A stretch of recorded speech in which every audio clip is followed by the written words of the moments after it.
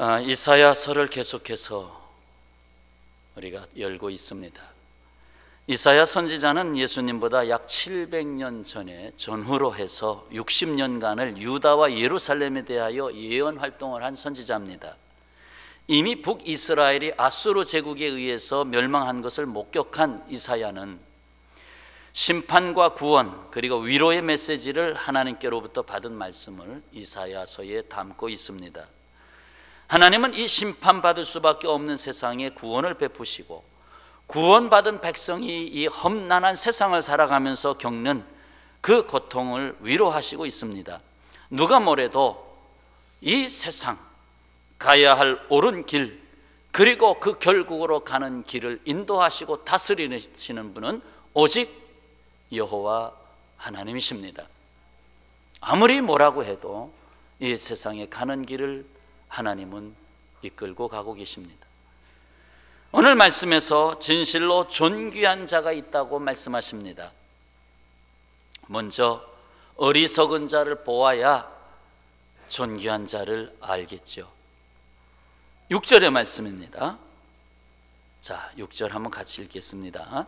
이는 어리석은 자는 어리석은 것을 말하며 그 마음에 불의를 품어 간사를 행하며 패역한 말로 여호와를 거스리며 줄인 자의 속을 비게 하며 목마른 자에게서 마실 것을 없어지게 하며. 어리석은 자의 특징을 표현했습니다. 어리석은 자는 어리석은 것을 말하는데 그걸 모릅니다. 내가 어리석은 말을 하고 있다고 하는 걸 알고 있다면 지혜로운 자가 되겠지요. 그러나 그는 자기가 어리석게 말하고 있다는 것을 깨닫지 못합니다. 뿐만 아니라 여호와 하나님을 떠나 삽니다. 하나님께로 오라고 해도 자꾸 곁길로 갑니다. 다윗의 시편 14편에서 이렇게 말씀했습니다. 어리석은 자는 그 마음에 이르기를 하나님이 없다 하는도다. 그들은 부패하고 그 행실이 가증하니 선을 행하는 자가 없도다. 결국 어리석은 자의 가장 핵심적인 특징은 하나님이 그의 삶에 없다는 것입니다. 어리석은 자가 선택한 결과를 보여주는데 자기는 물론 다른 사람에게 손해를 끼칩니다. 그래서 줄인 자를 더 줄이게 하고 목마른 자를 더 목마르게 합니다. 참 안타까운 일이죠. 어리석은 자는 건강한 믿음을 갖지 못합니다. 그래서 하나님보다도 더 의지할 것이 무엇인가 찾게 됩니다. 그래서 오늘 말씀은 사실 31장과 이어지는 말씀인데 31장 1절로 3절이 어리석은 자의 배경이 되고 있습니다. 한번 보시죠. 31장 1절부터 3절까지. 도움을 구하러 애굽으로 내려가는 자들은 화 있을진저 그들은 말을 의지하며 병거의 많음과 마병의 심히 강함을 뭐하고? 의지하고 이스라엘의 거룩하신 이를 앙망하지 아니하며 여호와를 구하지 아니하나니. 이쯤 되니까 2절에 여호와께서도 지혜로우신즉 재앙을 내리실 것이라. 왜? 깨달으라고. 그의 말씀들을 변하게 하지 아니하시고 일어나사 악행하는 자들의 집을 치시며 행악을 돕는 자들을 치시리니. 3절 애굽은 너희가 믿는 애굽은 사람이요 신이 아니며 그들의 말들은 육체요 영이 아니라. 여호와께서 그의 손을 펴시면 돕는 자도 넘어지며 도움을 받는 자도 엎드러져서 다 함께 멸망하리라 하였습니다. 아수르 제국으로부터 위험을 받고 있는 유대인들은 북이스라엘과 같이 아수르에게 잡혀먹을 수는 없다. 그래서 우리의 뒤에는 애굽이라는 큰 나라, 이집트라는 나라가 있지 않느냐. 그러니 이집트의 마병을 의지하면 우리는 방어할 수 있다. 그러면서 결국 여호와 하나님을 앙망하지 아니하고 당장 눈에 보이는 이집트의 군사력을 의지하게 된 것입니다. 그래서 하나님은 내가 재앙을 내리겠다라고 하셨습니다. 그럼에도 여전히 하나님은 구원의 손길을 접지 않으시는 하나님이십니다. 한쪽에는 채찍을 드시고 한쪽에는 구원의 피 묻은 손을 내 보이시는 것입니다. 그래서 진리와 긍휼이 만나고 있는 것입니다. 그것이 이사야서 31장 5절 6절의 말씀입니다. 자, 어떻게 구원의 손길을 펴셨습니까? 5절에 새가 날개치며 그 새끼를 보호함같이 나 만군의 여호와가 예루살렘을 보호할 것이라. 그것을 호위하며 건지며 뛰어넘어 뭐하리라? 구원하리라 하셨느니라.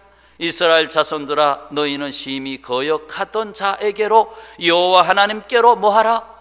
돌아오라. 돌아오라. 나를 의지하라. 돌아오라 하였습니다. 그리고 그들이 두려워하고 있던 아수르의 미래도 보여주셨습니다. 그것이 8절입니다. 아수르는 칼에 엎드러질 것이나 사람의 칼로 말미암음이 아니겠고, 칼에 삼켜질 것이나 사람의 칼로 말미암음이 아닐 것이며, 그는 칼 앞에서 도망할 것이요 그의 장정들은 복역하는 자가 될 것이라. 결국 아수르 제국이 다시 일어나는 바벨론 제국에 의하여 멸망합니다. 그런데 실상 그 바벨론 제국을 일으키신 분은 하나님이시라는 것입니다. 그래서 아수르가 멸망하게 되는데, 결국 너희가 두려워하는 하나님, 두려워하는 아수르도 내가 다스리고 있지 않느냐. 그런데 어찌하여 너희는 나를 구하지 않느냐 하는 것입니다. 여러분, 어리석은 자들의 선택, 어리석은 자들의 결국이 어떻게 되었습니까? 다 들통나고 말았습니다. 어리석음이 들통났다는 얘기입니다. 이제 오늘 본문으로 돌아옵니다. 본문 32장 5절에 어리석은 자를 다시 존귀하다 부르지 아니하겠고, 우둔한 자를 다시 존귀하다 존귀한 자라 말하지 아니하겠다. 자, 세상을 보세요. 세상에 돈과 권세만 있으면 비록 어리석은 행동을 해도 세상이 비호하고 미화시킵니다. 세상이 다 짝하고 있기 때문에 비호합니다. 하지만 공의를 가지고 오신 예수 그리스도 앞에서는 그 추한 실태가 드러난다는 것입니다. 하나님의 나라에서는 불의가 계속 용납될 수가 없습니다. 의로운 나라이기 때문에, 하나님의 공의가 이루어지는 나라이기 때문에 어리석은 자를 다시 존귀한 자다라고 착각하지 않는다는 것입니다. 나아가 어리석은 자를 다시 일컬어 악한 자라고 말하고 있습니다. 7절이죠. 악한 자는 어리석은 자, 별다른 악한 자가 아니고 반복법을 쓰면서 조금 더 강하게 표현됐습니다. 악한 자는 그 그릇이 악하여 악한 계획을 세워 거짓말로 가련한 자를 멸하며, 가난한 자가 말을 바르게 할지라도 그리함이거니와. 결국 악한 자 그 그릇이 악하다. 악한 자 그 그릇이 악하다. 자, 그릇은 담는 것이죠. 담는 용기입니다. 우리의 그릇은 여러 가지로 우리 인생을 표현합니다. 그래서 사도 바울은 여자는 유약한 그릇이다 라고 표현하기도 했고, 또 인생은 질 그릇이다 라고 표현하기도 했습니다. 그 악한 자, 그 그릇이 악하다. 그 그릇에 무엇을 넣어도 결국 악하게 사용하고 만다는 것입니다. 여러분, 집이 허술하고 그냥 난장판인데 참으로 의로운 사람이 들어가면 그 집이 새로워집니다. 그렇죠? 똑같은 옷을 입어도 의로운 자가 입으면 의의 옷이 되는 것입니다. 이 그릇, 악한 그릇이기에 거기에 무엇을 넣어도 악하게 사용합니다. 그래서 그 생각이 그 생각하는 계획이 항상 악하기 때문에 그렇게 되는 것입니다. 창세기 6장 5절에서 여호와께서 사람의 죄악이 세상에 가득함과 그 마음으로 생각하는 모든 계획이 항상 악할 뿐임을 보시고, 마음으로 생각하는 모든 계획이 항상 악하다. 그래서 노아의 홍수 심판이 오지 않았습니까? 이런 사람은 하나님을 두려워하지 않을 뿐 아니라 당연히 가련한 자, 가난한 자, 자기보다 약한 자를 멸시하며 그들의 바른 말을 들으려 하지 않습니다. 강한 자는, 오히려 이 세상에서 강한 자는 좀 뭔가 잘못될 가능성이 많습니다. 교만하기 때문에. 그러나 도리어 약한 자, 가난한 자, 거기에 하나님께서 진실을 담아줄 수가 있습니다. 그래서 가난한 자가 바른 말을 할 때에 악한 자가 그것을 듣지 않는다고 한 것입니다. 사랑하는 여러분, 이런 어리석고 악한 자의 세상에서 어떤 기초를 놓으시렵니까? 모래밭에 기초를 놓지 말라고 했는데, 이 어리석고 악한 세상, 그래서 생각하는 것이 늘 악하기 때문에 어떻게 하면 중국산을 갖다가 푸대만 바꿔서 한국 국내산으로 만들까? 어떻게 하면 상표만 그냥 도용해가지고 짝퉁을 만들어 볼까? 어떻게 하면 무게를 속여서 300g을 250g으로 해서 고기를 내줄까? 어떻게 하면 가짜 휘발유를 만들어서 팔아볼까? 이러한 어리석은 생각, 악한 생각을 품고 살아가는 이 세상에 여러분들은 어떤 기초를 만들 수 있으시겠습니까? 또한 그 기초 위에 어떤 기둥을 세울 수 있겠습니까? 어떤 집을 세울 수 있겠습니까? 여기서 어떤 정당한 대가를 추구하는 삶을 계획할 수 있겠습니까? 여기에 여러분의 자녀들을 마음껏 살아보라고 내놓을 수가 있겠습니까? 그래서 이리와 같은 세상이라고 성경은 말했습니다. 여기서 말씀을 끝난다면 우리는 비관론이 될 수밖에 없습니다. 그러나 오늘 말씀은 이제부터 시작입니다. 그러나 여기에 존귀한 자가 있습니다. 존귀한 자가 있습니다. 자, 오늘 본문 8절 말씀입니다. 다 같이 봉독하겠습니다. 존귀한 자는 존귀한 일을 계획하나니 그는 항상 존귀한 일에 서리라. 아멘. 여기서 존귀하다라는 말, 히브리어 나다부라고 하는 말은 뜻이 우리가 일반적으로 생각하는 그 굉장히 높은 양반이구나, 그런 뜻이 아니고요, 아낌없이 주고 베푸는 것을 말합니다. 존귀하다, 내가 스스로 내어주면서 베푸는 삶, 섬기는 삶을 가지고 있는 것을 존귀한 자의 삶이라고 말합니다. 곧 여기에는 사랑과 섬김의 정신이 있습니다. 사랑과 섬김이 가득합니다. 왜 그것이 존귀한 자라는 단어로 쓰였을까요? 왜 그 단어의 본래의 뜻이 그렇게 의역이 돼서 표현됐을까요? 여기에는 의미가 있습니다. 이 세상에 사는 것은 주인이나 소유자로서 사는 것이 아니라 얼마 동안의 시간과 물질과 재능을 맡아가지고 청지기로서 사는 것입니다. 그것이 인간다운 삶입니다. 내가 주인이 되보자, 내가 소유자가 되보자 하는 삶이 아니라 나는 이 세상에 얼마 동안의 시간을 맡았습니다. 얼마간의 재물을 맡았습니다.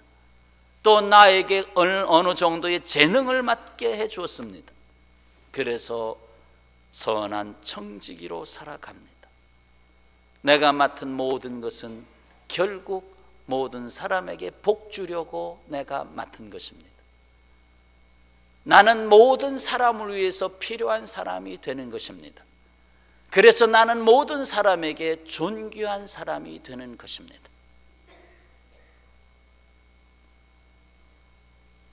이러한 정신을 가질 수 있는 사람이라면 한마디로 주 예수 그리스도로 말미암아 거듭난 사람입니다. 이는 내가 죽고 내 안에 예수께서 사는 삶입니다. 여러분은 어떻습니까? 저는 제 생애에 있어서 가장 기쁨을 체험한 그때가 있었습니다. 그것은 사랑하는 아내와 결혼한 날이 아니었습니다. 목사 안수를 받은 날도 아니었습니다. 내게 있어서 가장 기쁜 날은 내가 예수님을 믿는 사람이라고 하는 것을 알게 된 날이었습니다. 예수 그리스도로 말미암아 내가 새로 거듭난 사람이라고 하는 것, 이제는 내가 내 것으로 살지 아니하고 내가 나의 주인 된 삶으로 살지 아니하고 나는 주님의 것으로 산다고 하는 것을 알게 된 날이었습니다. 그래서 세상이 두렵지 않게 되었고 이 세상의 모든 것을 다시 보게 되었던 것입니다. 새로운 가치관을 갖게 됐던 것입니다.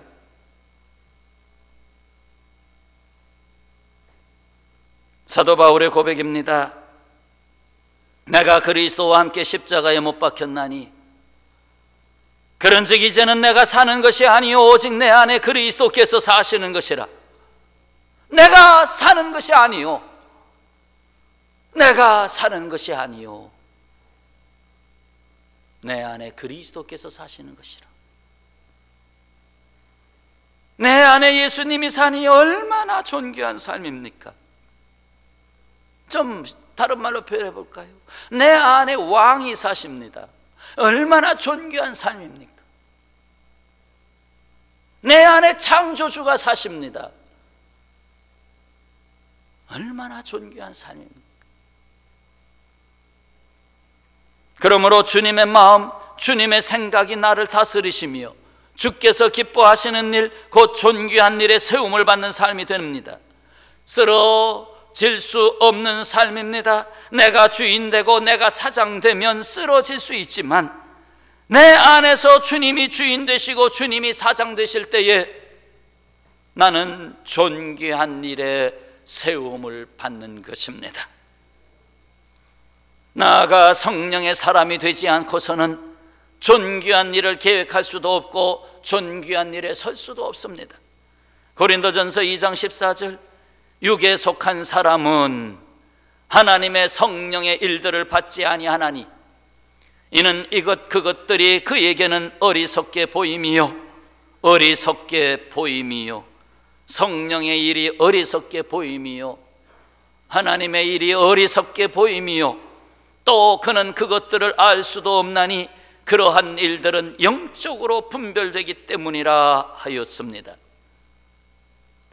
육에 속한 사람은 성령의 일을 받지 않는다. 존귀한 일을 받지 않는다. 정말 존귀한 것은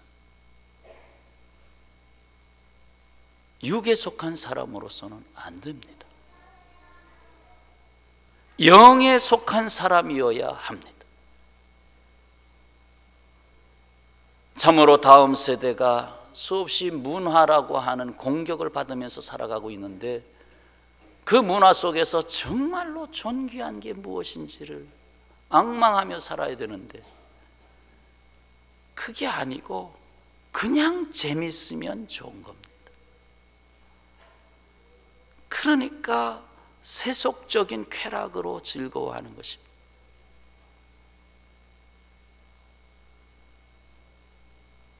사랑하는 여러분, 존귀한 일을 계획하시기를 바랍니다. 그러면 세우시는 분은 주님이십니다. 세우시는 분이 주님이시란 말이에요.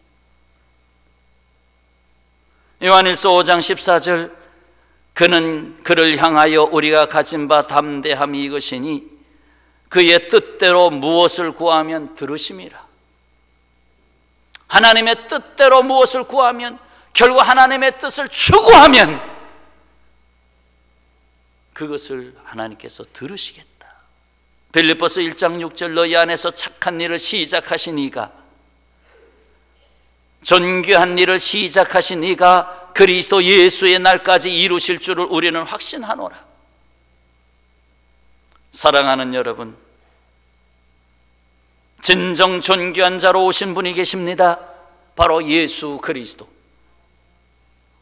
그래서 우리는 오늘 본문 1절로 올라가는 것입니다. 1절 말씀에 보라, 장차 한 왕이, 곧 예수 그리스도, 한 왕이 공의로 통치할 것이요 방백들이 정의로 다스릴 것이며, 그래서 죄악된 세상에 오셔서, 어리석은 세상에 오셔서 공의 의로움을 선포하고 의로 통치하셔서 하나님의 나라를 구별하겠다는 것입니다. 천국으로 들어오라는 것입니다. 그리고 2절에 또 그 사람은, 또 그분 주님은 광풍을 피하는 곳, 폭우를 가리우는 곳 같을 것이며, 마른 땅의 냇물 같을 것이며, 곤비한 땅의 큰 바위 그늘 같으리라 하였습니다. 여기에서 환난과 곤고함에 처한 자들을 위해서 오시는 구원자를 봅니다. 내가 구원하는 일을 하리라. 주님은 통치하시는 일, 구원하는 일을 위하여 이 땅에 오셨습니다. 그 구원하는 일이 어떻게 나타났습니까? 통제가 되지 않는 세상을 구원하십니다. 통제가 되지 않는 세상, 나사가 풀린 세상, 뭡니까? 광풍과 폭우가 쏟아지는 세상. 왜 미친 바람이 불고 미친 듯이 폭우가 쏟아지면서 모든 것을 뒤엎어버리는 세상, 거기에서 주님은 피난처가 되시겠다고 했습니다. 그 누구도 스스로 자기를 지키려 해도 지킬 수 없는 폭풍이 부는 세상, 아무리 나는 내 차선을 지키고 가도 저쪽에서 중앙선을 넘어와서 나를 정면으로 들이받아서 나를 데리고 가는 세상, 스스로 자기를 지키려 해도 지킬 수 없는, 통제가 되지 않는 세상에서 주님은 피난처가 되십니다. 내게로 와라. 목표 한 발을 누릴 수 없는 세상에, 곧 마른 땅, 메마른 땅, 광야와 같은 세상에서 주님은 냇물같이 되신다. 곧 생명수 강물처럼 오신다는 것입니다. 곤비한 땅, 뼈 빠질 정도로 일을 해도 목표 한 발을 이룰 수 없는 세상, 아니 그 목표가 어리석은 목표가 돼서 이게 아니다 하는 걸 뉘우칠 때는 또 한 세상 간 세상. 그래서 전도서 1장 14절, 내가 해 아래서 행하는 모든 일을 보았노라. 보라, 모두 다 헛되어 바람을 잡으려는 것이로다. 해 아래서 수고하는 이들을 보니 바람을 잡고 있구나. 잡은 줄 알았더니 훅 다 나가버렸어요. 어이고, 내가 10억을 잡은 줄 알았더니 하루아침에 훅 바람과 함께 사라졌어요. 거기서 목마르지 아니하는 냇물, 생명수 강물로 오시는 분이 계시다. 예수 그리스도. 뿐만 아닙니다. 쉼을 찾지 못하는 세상에 큰 바위 그늘로 오십니다. 성과도 없이 쉼을 찾지 못하는 세상, 성과라도 있으면 좀 쉬겠는데 쉴 틈도 찾을 수 없는 세상, 거기에 큰 바위 그늘과 같은 분으로 오시겠다. 여러분, 정말 어떻게 산을 타다가 너무 피곤하고 땀은 비에 젖어서 온몸이 젖었을 때 큰 바위에 그늘에 딱 몸을 기대고 자 쉬는 시간을 가진다면 그야말로 꿀맛 같은 시간이죠. 큰 바위에 그늘같이 나에게 쉼을 주시는, 정말 쉼을 주시는 주님.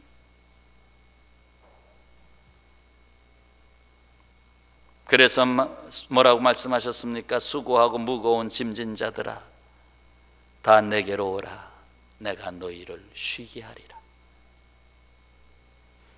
자, 그렇다면 구주 예수께서 하나님의 나라를 다스리실 때 그의 백성들이 받는 축복이 무엇입니까? 그것이 3절 4절입니다. 보는 자의 눈이 감기지 아니할 것이요 듣는 자가 귀를 기울일 것이며 조급한 자의 마음이 지식을 깨닫고 온홀한 자의 혀가 민첩하여 말을 분명히 할 것이라. 뭐죠? 비로소 눈을 뜬 자의 삶이 되어진다. 비로소 눈 뜬 자의 삶이 되어진다. 비로소 들어야 할 말씀을 듣는 자가 된다. 비로소 조급했던 마음이 참 자유를 누릴 수 있는 진리를 깨닫는 자가 된다. 비로소 확신할 수 없었던 말을 이제는 확신에 찬 말을 할 수 있는 자가 된다. 자기가 말하는 것에 책임을 질 줄도 알고 자신이 말하는 것에 대해서 확신을 가질 수도 있는 삶이 된다. 그렇습니다. 오직 예수 그리스도를 통해서 보고 듣고 알고 말할 수 있다는 것입니다. 이 세상에서 소경으로 귀머거리로 벙어리로 살 수밖에 없던 자들에게 찾아오셔서 치유하고 축복하시는 것입니다.